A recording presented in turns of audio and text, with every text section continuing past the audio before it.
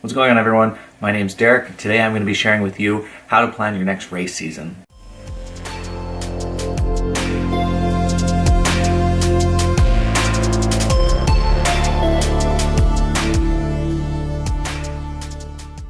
So what do I mean when I say the next race season? Well, right now for me, it's late January in 2018. No matter when you watch this or no matter what time of year it is, you can always plan the next season. For me, I've already planned 2018 and have started executing that plan already. I will be sharing kind of my process and the tools I use to actually write the goals down and how I use that. The first thing that I think you should do is consider what you want the next season to look like. So that involves what kind of events you want to do, that involves how you want to do in those events, the number of events that you want to do, things like that. I always take a month or two to think about that, and I usually do it towards the end of the previous season. The second thing you should do is, after considering what you want the season to kind of look like, you need to set yourself some very specific goals and write them down. In my opinion, if you don't write a goal down and you don't tell, at least two people about it, then it's not really a goal because it's just kind of a thought floating around in your head. It's kind of a dream, right? So if there's no accountability, you can just kind of forget about it, decide, I don't really want to do that, and it's not going to happen. So write it down, whether it's in a notebook or, on a digital copy somewhere, and you can upload it to the cloud, and then tell, two friends about it. I did say you could use a notebook kind of like this, but I'm a con to using this is that if you lose it or if it gets damaged, then everything you track is gone. I use the Google Drive, and I use Google Documents and spreadsheets, and I can access those anywhere, even if I don't have my computer. So when the computer gets destroyed, well, I can still access my Google account and those files pretty much anywhere. There could be an argument made that, in a notebook you're a little bit more involved because you're opening it up every day, you're writing it down, and I would say that doesn't really matter because you're doing the exact same thing in a spreadsheet. You're opening it up, you're looking at it, you're thinking about it, you're just as involved as you are in a notebook, in my opinion. Another nice thing is, obviously, I can pull up files on my smartphone, and that will allow me, maybe I'm out and about actually training and I forget actually what I'm doing. I can just kind of pull it up on my phone in the middle of nowhere.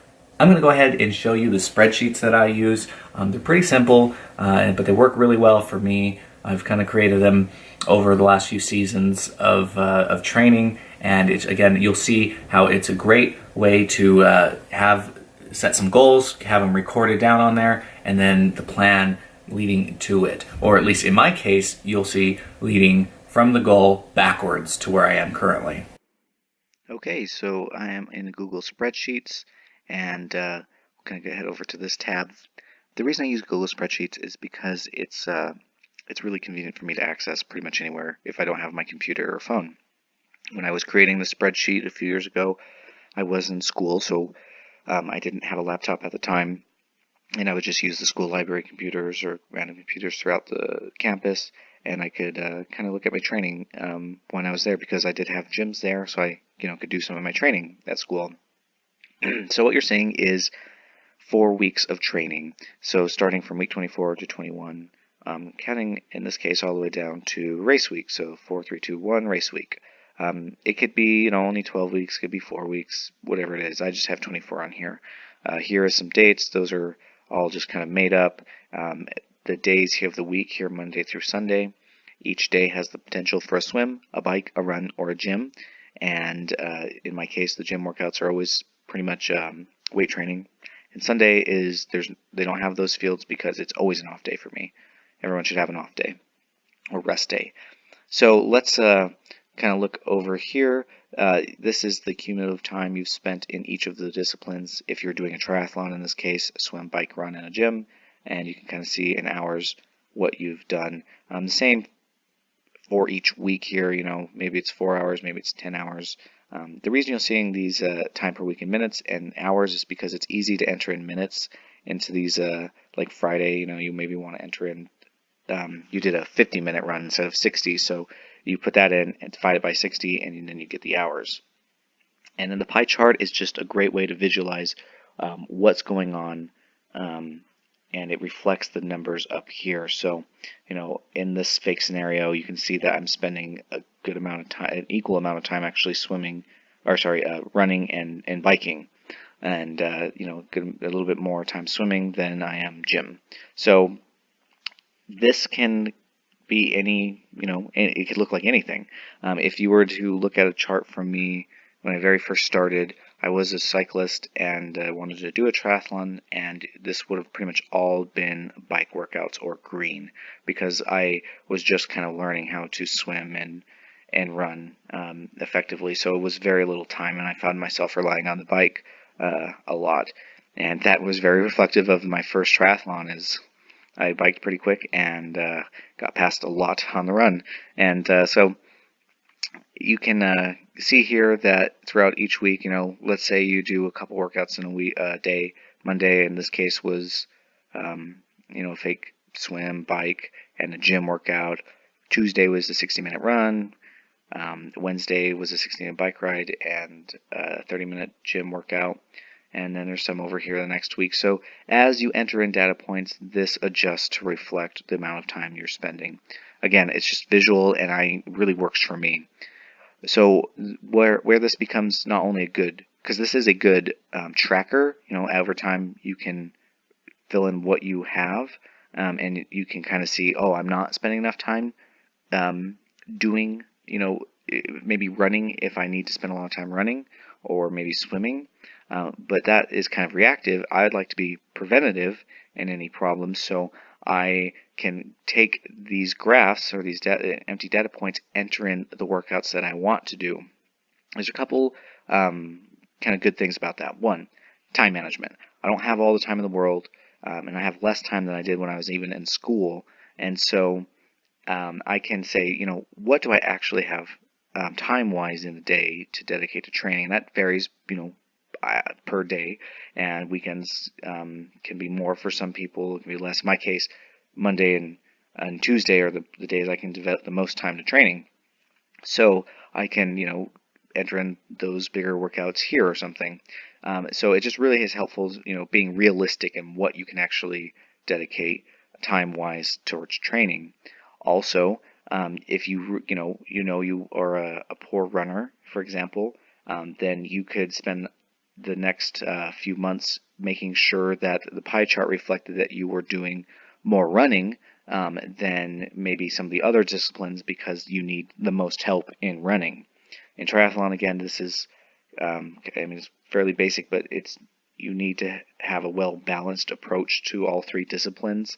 In the past, I would smash bike course, times and then just be passed by scores of people, on the run, and that's because I wasn't spending enough time running. So in my case, in my real, planning, I have, a big chunk in red or running, just kind of work on it right now, especially since I haven't been running a lot at all lately.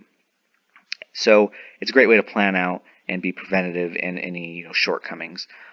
Also, as you move on, that let's say I plan out to week 17 and I'm just starting, right? Well, I can see that. Let's go to another example here. Let's say here, I am doing all my workouts. That's represented in this bright green, but these dark greens are ones you skip. And this is a real month that, like, I don't know, October or September or something like that for me. And maybe I was sick that weekend, so I didn't do anything, or maybe it just wasn't, I just didn't have time, so I didn't do it. These yellow ones in this case were, that was a workout I skipped, but I actually made it up later in the week, just so knowing I actually did all the workouts. I just had to adjust my schedule. And yeah, so hopefully that's clear. And then here in the pie chart, you can see I didn't do a lot of swimming, and I did a lot of more biking comparative to the rest of them. And I can see I did only 4 hours. I did 7 hours, 4, 6 hours, respectively. With over here in the month, a total of 22.5 hours of training. So it can, depending on how much time you have, those could be huge numbers. They could be really small numbers. Again, that's why I have the pie chart. It just kind of breaks it down percentage-wise to where you're putting that time. So no matter how much time you have, you can make sure you're spending it doing the right thing, and you can plan out months at a time. So yeah, I mean, I think that's pretty obvious where the planning you can be really creative and what you how you want to approach your season, what kind of things you'd like to try, and then for me really just when you look at this, maybe to you it doesn't mean a lot, but when you create something like this for yourself and you know what each thing means, it's like you can just glance at it and say I'm on track or I'm totally off track. If I were to look at this and this was an actual like month in race preparation, maybe 2 or 3 months in, I would say something's wrong because I'm skipping a lot of workouts, and I maybe need to revisit my schedule and see what's more realistic. Maybe it was a time issue, maybe it was just a health issue. I don't know, but it's just a really useful tool. And those who spend a lot of time looking at the goals they've written down, a lot of time thinking about are they on track, are those who accomplish them. So if that's someone is you, if you want to make sure you accomplish it, make sure you do something like this. It doesn't have to be exactly like this. This is just kind of my example, but be active in the construction of the roadmap to your goal. Always look at what the goal is and just keep it on top of your mind. And that means it's important to you, and that means you're going to be able to accomplish it. So that's about it. Feel free to kind of you build your own spreadsheet based on this. I'm not going to go into how to actually do this. Basically, though, if you're familiar with spreadsheets, pretty much everything here was created with just adding in a few division cells. Charts you can add in and just tinker around with. It's not complicated, and there's plenty of resources out there of how to do some formulas or charts and spreadsheets. So thanks for watching. Let me know what you think. Is this a useful tool for you? Do you do something very similar? Do you just do it on paper? And we'll talk to you guys next time.